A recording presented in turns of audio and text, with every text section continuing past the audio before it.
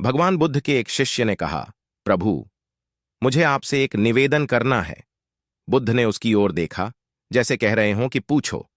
शिष्य ने कहा कि मेरे वस्त्र पुराने हो चुके हैं, अब ये पहनने लायक नहीं रहे, मुझे नए वस्त्र चाहिए। बुद्ध ने शिष्य के वस्त्रों की ओर देखा।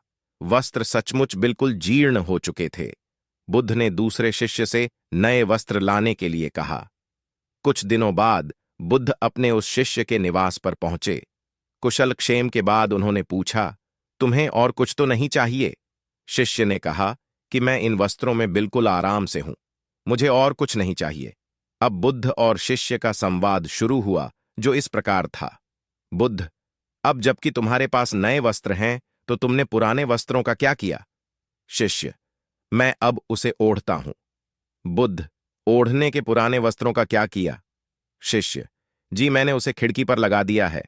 बुद्ध, तो क्या तुमने पुराने पर्दे फेंक दिए?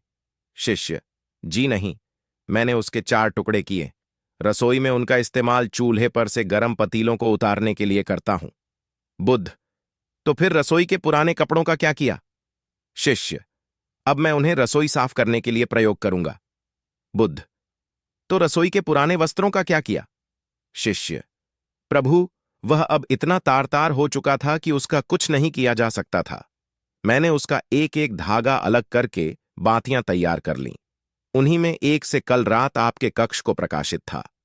बुद्ध शिष्य के इन उत्तरों से संतुष्ट हो गए।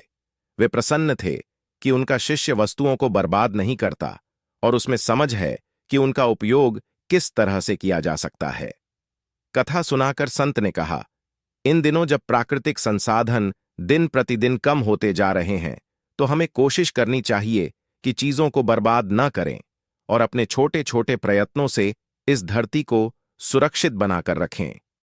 इसी के साथ में उम्मीद है कि आपको आज की वीडियो पसंद आई होगी, तो इस वीडियो को उस इंसान को शेयर करें जिससे यह कहानी सुनने की जरूरत है, और उसी के ठीक बाद चैनल को सब्सक्राइब करें।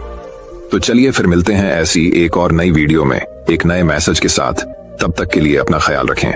धन्यवाद और नमो बुद्धाय।